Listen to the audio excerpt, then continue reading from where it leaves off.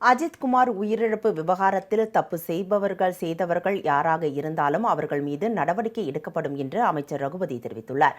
புதுக்கோட்டையில் செய்தியாளர்களிடம் பேசிய அவர், கொத்தடிமைகளாக இருக்கும் அதிமுகவிற்கு பாஜகவை விட்டு வெளியேற தைரியம் இல்லை என்றும், அத்தைக்கு மீசை முளைத்து சித்தப்பாவாக வரட்டும், பின்னர் பார்க்கலாம் என்றும் கூறினார். சாத்தான்குளம் வழக்கிற்கும் திருபுவனம் வழக்கிற்கும் வேறுபாடு உள்ளது என்றும், இந்த வழக்கில் தவறு செய்தவர்கள் IAS, IPS அதிகாரிகளாக இருந்தாலும் நடவடிக்கை எடுக்கப்படும் என்று கூறினார். காவல்துறை மேல நம்பிக்கை இல்லைன்னு சொல்லிட்டு நம்ம நாட்டில் இருக்க முடியாது. எல்லா காவல்துறையும் சிறப்பாகத்தான் செயல்பட்டுக் கொண்டிருக்கிறார்கள். இன்றைக்கு பாதுகாப்போடு தான் எல்லோரும் இருக்கின்றோம். அங்கொன்றும் இங்கொன்றும் தவறுகள் நடந்திருக்கின்றன. திருப்புவனம் சம்பவம் என்பது உண்மையிலே துரதிருஷ்டமான ஒன்று. நாங்கள் இதற்காக யாரையும் காப்பாற்றவில்லை. தவறு செய்தவர்கள் காவல்துறையினராக இருந்தாலும் அவர்கள் சட்டத்தின் முன்னாலே தண்டிக்கப்படுவார்கள் என்று எங்களுடைய.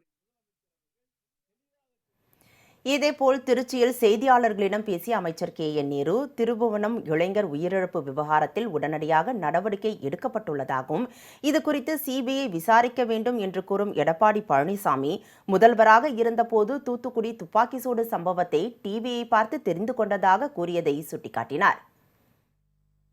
அதான் முதலமைச்சர் இப்ப கேட்டாங்களா, தலைவரே கேட்டாங்க, நாங்க நடவடிக்கை எடுத்திருக்கோம், மேல நாங்க அது யார் இருந்தாலும் தண்டிப்போம்னு சொல்லியிருக்கிறாரு. இல்லைங்க, நீங்கள் அதை முழுசாக எங்களுக்கு தெரிஞ்சதை விட உங்களுக்கு தெரிஞ்சதை விட அவருக்கு நேராக எல்லாம் தெரியும். நீங்கள் அவருக்கு வாய்ப்பு அதிகம், ஏன்னா அங்கங்கே போலீஸ் இருக்காங்க, அவங்களுக்கு சொல்கிறதுக்கு வாய்ப்பு இருக்கும். அதை பார்த்தா முதலமைச்சர் சொல்கிறாரு, நடவடிக்கை எடுத்திருக்காரு, போலீஸை சஸ்பெண்ட் பண்ணியிருக்காங்க, SPயை டிரான்ஸ்ஃபர் பண்ணி காத்திருப்போர் பட்டியலுக்கு அனுப்பிச்சிட்டாங்க, எல்லாமே நடவடிக்கை எடுத்துருக்காங்க. நடவடிக்கை எடுத்ததுனா தானே பிரச்சனை.